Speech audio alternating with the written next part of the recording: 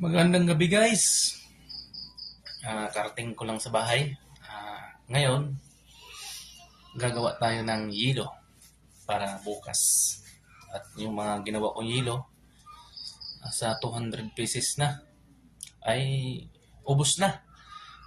Kailangan mga idol, gawa ulit tayo. At baka sakali, balang araw, magkaroon din. At bibili ulit natin ng isang freezer. Ayan na guys.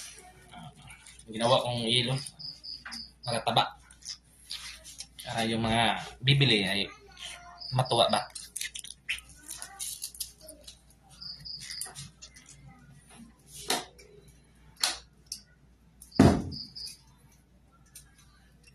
Yan guys. Marami-rami na to. Sasanang-sanang natin.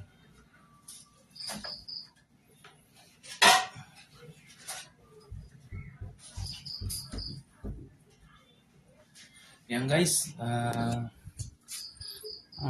Kalahati pa. Ayan. Kalahati.